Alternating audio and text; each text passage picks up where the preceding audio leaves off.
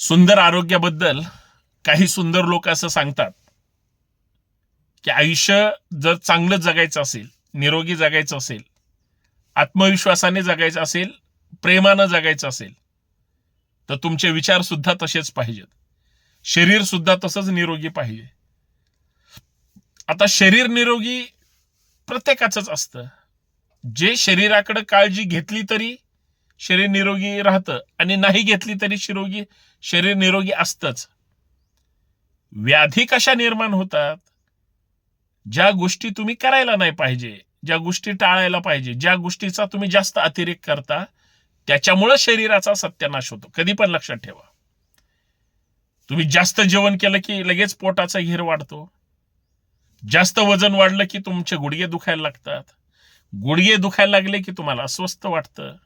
अस्वस्थ वाटायला लागलं की छातीत कळ येते. छातीत कळ आली की तुम्हाला अटॅक सारखी परिस्थिती निर्माण होते. दरदरून घाम येतो. आणि हे सगळं झालं की तुमचा जीव जातो. मग कधी तो मरतोय, कधी हा मरतोय, कधी अजून दुसरा कुणीतरी मरतोय.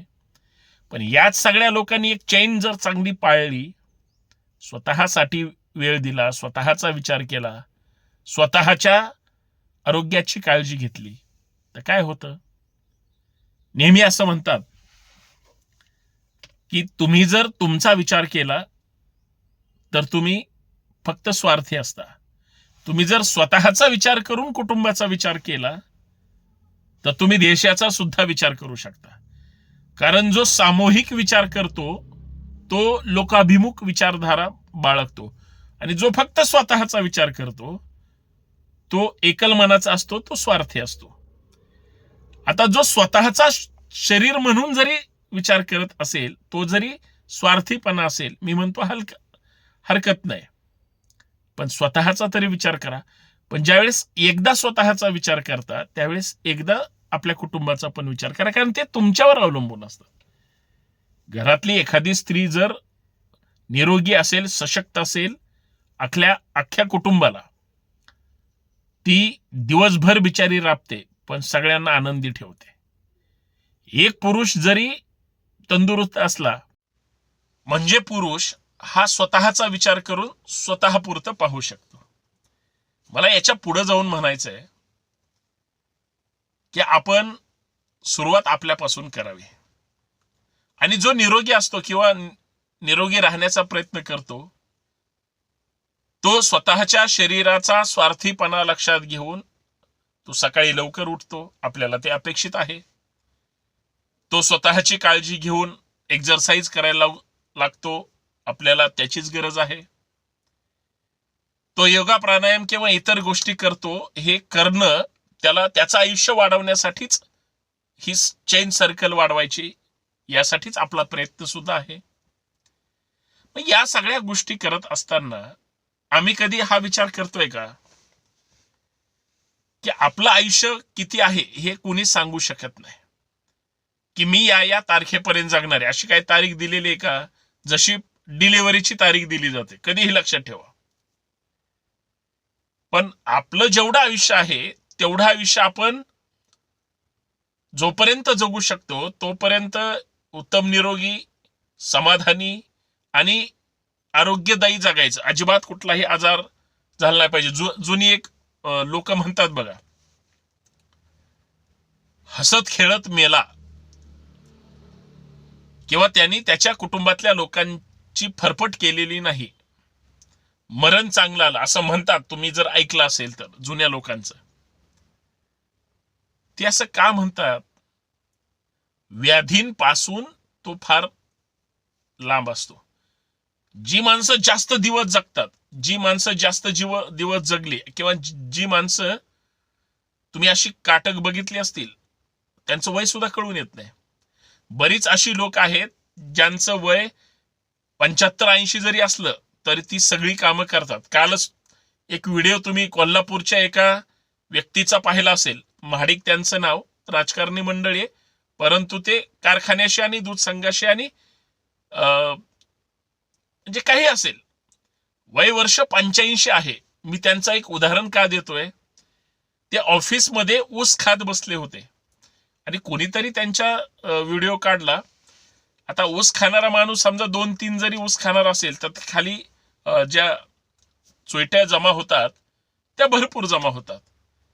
ते ज्यावेळेस ऊस सोलत होते, 85 वर्षाचा माणूस ऊस ज्यावेळेस हातात धरला आणि ज्यावेळेस असा सोलत होते तर तो 2-3 कांड्यापर्यंत सोलला जात असायचा.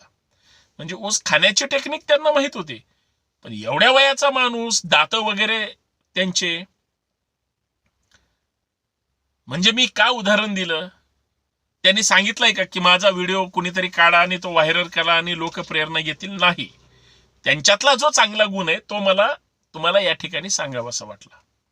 आज आपली परिस्थिती आहे का हो तशी? 2 कांडे किंवा 3 कांड्याचा ऊस जरी तुम्हाला खायला दिला, लगेच तुमच्या तोंडाला चिरलं जातं, तुम्हाला खाता येत नाही, सोलता येत नाही. तुमचं वय तर फार कमी असतं पण तुमच्या नखरे भरपूर असतात.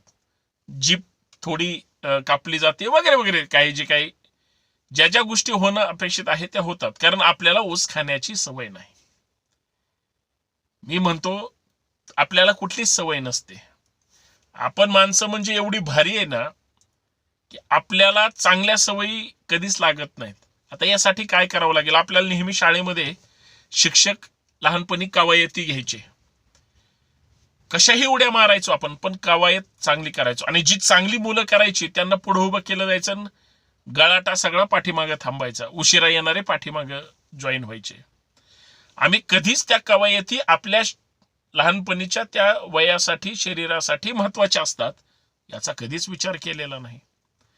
आता आपण ते वय असतं, खोडकर असतं, म्हणजे असं खेळीमेळीच्या वातावरणात, हशी मजाकच्या वातावरणात आपण लहानपणी एक तसं असतं, किंवा आपण लहान मुलं पाहिले तरी तसं असतं, आपल्या घरात सुद्धा तसं.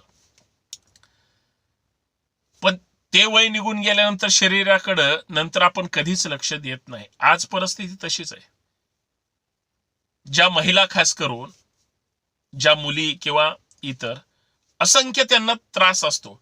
महिलांना पिरियडचा त्रास असतो, पोटाचे वेगळे वेगळे विकार असतात, किंवा श्वसनाचा त्रास असतो, हृदयाचा त्रास असतो, ब्रेस्टचा त्रास असतो, इतर सगळ्या गोष्टींचे वेगळ्या वेगळ्या पद्धती. शुगर, डायबिटीस तर काय बोलायचंच नाही, माणसं काय आणि महिला काय. मग ह्या सगळ्यांपासून आपल्याला जर लांब राहायचं असेल, खास करून महिलांनी योगा फार मनावर घेतला, प्राणायाम मनावर घेतला, म्हणून जास्तीत जास्त संख्या त्यांचीच असते. लवचिकता, निरोगीपणा हा महिलांपासून म्हणजे त्यांच्याकडे ती क्षमता जास्त असते. खरं तर विल पॉवर पण चांगली असते. पुरुष सगळे सूर्यवंशी लवकर उठायलाच तयार नाहीत, तर बाकीच्या गोष्टी कधी होणार आहे? आणि हे वाक्य माझं नेहमीच असतं. आज त्या सगळ्या महिला भगिनींना आरोग्याकडे लक्ष देणं गरजेचं आहे. सगळं कॉस्मेटिक खातोय आपण, केमिकल युक्तच खातोय. भाज्या जरी हिरव्या खायच्या म्हणल्या किंवा आरोग्यासाठी चांगलेत म्हणले, सगळं पेस्टिसाइड आहे त्याच्यावर. गरम पाण्यात धुवून किंवा मीठ टाकून धुवून आम्हाला त्या सगळ्या प्रक्रिया केल्या तरी ते बॉडीत जातं. म्हणून निरोगी राहण्यासाठी, निरोगी शरीर ठेवण्यासाठी चांगलं तर खाच, पण शरीराला व्यायाम सुद्धा द्या. निरोगी राहण्याचा प्रयत्न करा, आनंदी राहण्याचा प्रयत्न करा. मी म्हणतो तुमचं शरीर ज्यावेळेस निरोगी असेल ना, तुमचं मन, विचार आणि बुद्धी सुद्धा त्या पद्धतीनं राहते.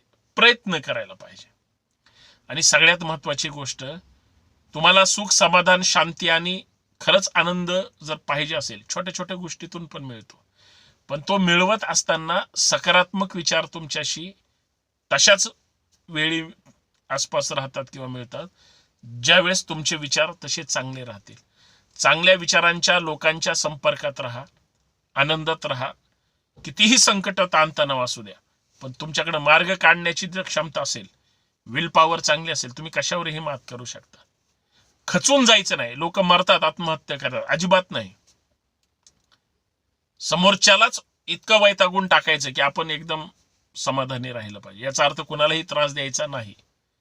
म्हणून स्वतःची काळजी घ्या, एवढंच मला या माध्यमातून सांगायचं. त्यासाठी वेळ द्या. तो कुठं द्यायचा, कसा द्यायचा, काय करायचं, याच चॅनलवर तुम्ही जॉईन व्हा. लाईव्ह व्हिडिओ पाहत चला. लाईव्ह ऑनलाईन योगाला जॉईन करा आणि निरोगी राहा. धन्यवाद. करे योग, रहे निरोग. जय शिवराय.